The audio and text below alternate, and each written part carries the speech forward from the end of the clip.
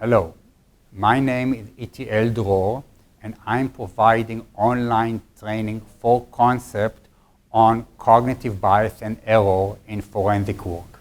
My background and expertise is in cognitive neuroscience.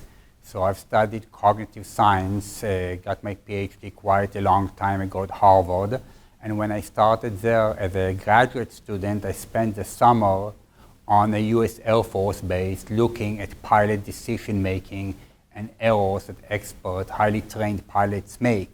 And then over the years, I specialized in researching why smart people do stupid things, and specifically experts, highly trained, competent, and motivated experts, why do they make mistakes, biases, and other types of mistakes. And that informed a lot of the research and the theory behind understanding human performance and expertise, but they also translated to very practical, best cognitive practices in different domains to minimize error and cognitive bias.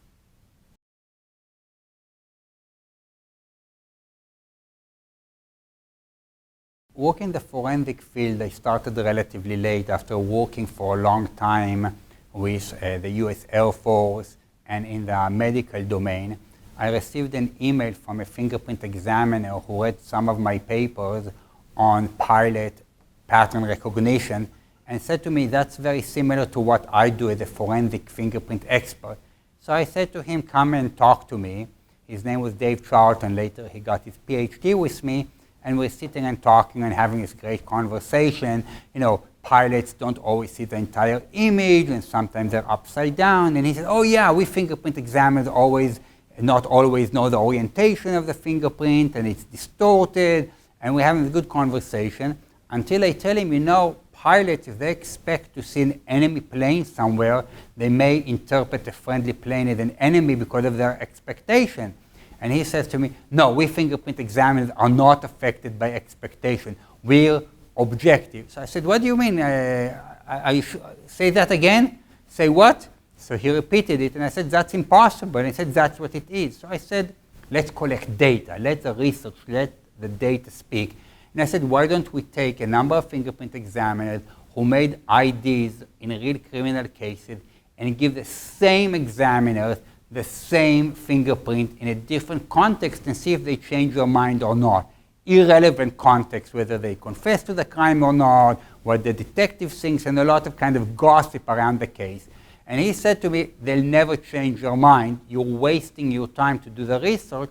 And I said to him, entertain me. Let's do it and collect the data. And we collected the data, that's about a decade ago, and find that most of the examiners changed their mind. You know, he was having a terrible day. He was depressed. He was ready to resign his job. I said, why are you resigning? He said, you know, I've been doing it for 20 years. I'm proud of myself. I testify in court that I don't make mistakes, that I'm objective, and kind of now I'm saying that it's all wrong. I said, it's not all wrong. Sometimes you can make mistakes because of context and bias, and let's research it. And then I convinced him not to resign and to do a PhD, and that's how I got into the forensic domain, initially in fingerprinting, then in DNA and other forensic domain. And initially I was quite by myself, swimming against the current and getting a lot of not very warm reception. But I do have to say, for the forensic community, it took 10 years, but that's not a long time for them to change their approach. And now, generally speaking, there's a very open mind to the cognitive issues and bias, researching it, understanding it, and changing best practices and standard operating procedure to minimize cognitive bias. So that's a huge change in 10 years, and that's something positive of the forensic community, that after initial resistance, they have changed and are improving in a big way what they're doing, but still there's a big gap of training and understanding, and I hope that this will help close the gap on this issue.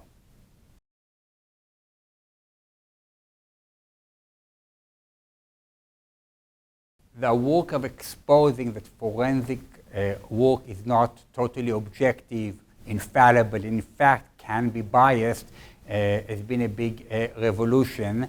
And the small circle is the forensic community who are changing their procedure. For example, the FBI has adopted procedures of sequentially looking at fingerprints and did it based on my research and even cite it, and that's very nice. So it's having a real impact in the FBI and across many forensic laboratories in the United States and England and Europe and Australia and all over the place. So that's the forensic community.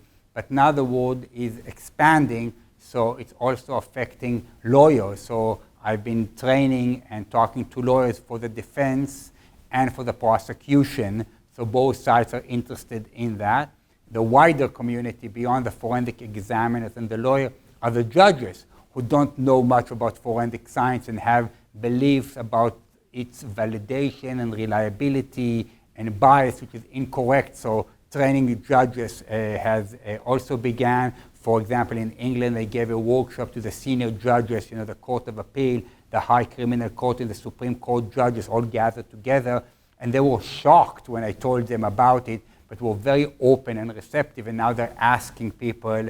I just published a paper with the Supreme Court of Michigan in the Judges Journal in the United States. So the judges are getting informed and educated.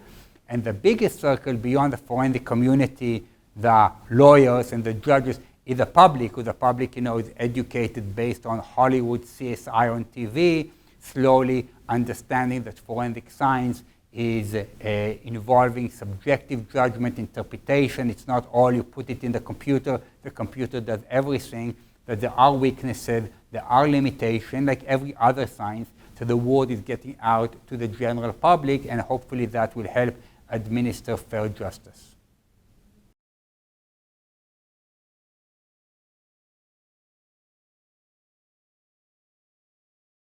The training that I provide is very unique because what you need to cover and understand cognitive science and forensic work and bridge the two.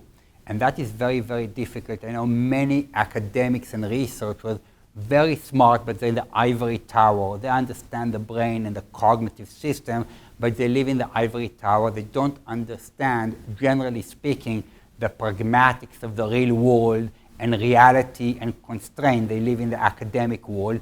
They can provide training, but A, they're not able to communicate it in a way that normal people can understand, and B, in a way that is practical.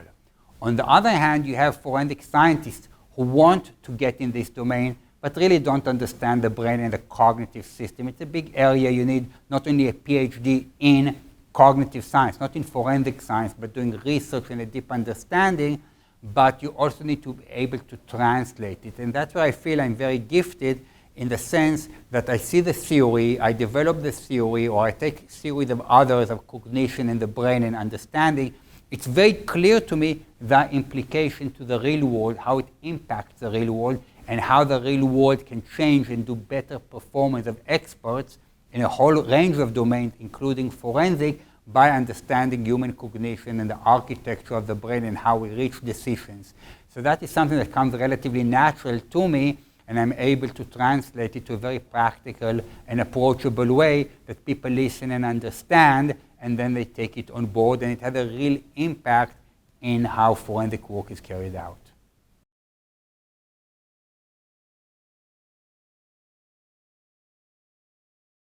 I think the workshop conveyed a few very basic fundamental concepts and reality. One is that forensic work, for the most part, is based on the forensic examiner. It's their expertise, their ability to perceive and interpret information. They're the instrument of analysis. It's not that they are a loop in the chain. They are the foundation for forensic work. And before I started, not only did they not understand it, but they didn't even think they're a loop in the chain. They kind of said to me, the forensic examiner is irrelevant almost. What are we talking? It's the evidence. No, it's not the evidence. It's not the interviewed. It's not the data. It's the forensic examiner, what they do with it and how they interpret it and how they reach conclusion. So that's number one. Number two is understanding the brain and the cognitive system and how it actually perceives and interprets information, that we don't see the world the way it is. A lot of it depends on the cognitive system, on your expectation, on your experience, on your training, on subjective judgment. Those are not bad things, but as they underpin expertise in forensic science, we need to know when it's a slippery road, when bias and cognitive contamination affects performance, and how we can give the forensic examiner relative independence of mind so they can focus their decisions and their judgment on the actual relevant information and not be biased and distracted and contaminated by irrelevant information. So I put it all together through an understanding and an insight that awareness by itself is not an issue. Many people still think that once they know about the problem, they're aware about the problem, they can solve it. And you can see in books and in conferences where still they talk about bias within the ethical part of the conference or the book. It's not an ethical issue. I'm not accusing examiners of being dishonest. The only thing I'm accusing them is being human and having a brain. And that's great, but there are certain limitations and weaknesses. If we know what they are, then we can take steps to minimize that. And these are the concepts, and I provide a lot of examples and understandings into the brain, how it works, how it relates to forensic science, and how we can actually take steps to improve forensic work.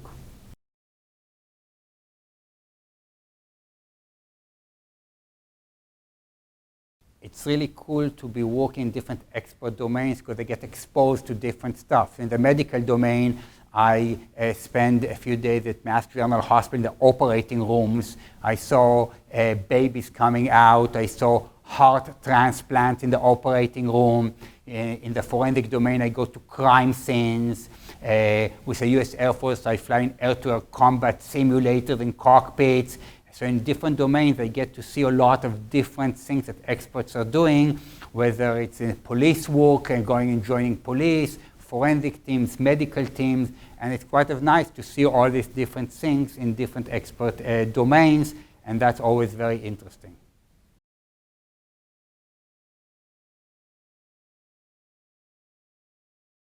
I get more and more into this area. I learn about the interactions between different lines of evidence that are supposedly independent. For example, that sometimes the forensic evaluator or the forensic examiner knows the suspect confessed to the crime and how that influences what they're doing. I learn how much forensic work often is not even questioned because there are plea bargains, and the vast majority of cases are plea bargains, so they're never even questioned in court. So the forensic evaluation, the forensic evidence is not really cross-examined with experts on opposing side in many cases. So the entire judicial system is very problematic, and we really need to work on improving it. And we know that eyewitnesses are not very reliable. Now we know that many people confess to crimes that they haven't done. So forensic work is kind of the hope of keeping the system working more or less and not getting distracted by all the other lines of evidence that are susceptible to major weaknesses. So even though I emphasize this bias in forensic work, the problems in forensic work are very small compared to eyewitnesses and lineups and confession and a lot of other evidence in which are the basis for judges and jurors and the judicial system to work.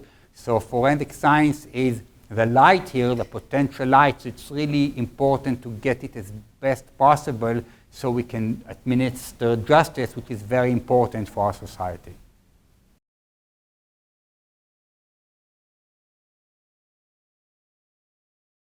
The training, in fact, is a small part of what I do. In fact, it's not my day job. It's on the side distraction because my bread and butter and my interest is in doing research. But I don't want to keep the research in the ivory tower, so I enjoy bridging it. But my main thing that I like to do is research and working with real-world experts, forensic and otherwise. I'm always happy to collaborate and research, to find the problem, to collect data, and then to understand it better and find way for improvement. So research is my main interest, and the training and consultancy, visiting labs, is in addition to the research and goes hand in hand in it.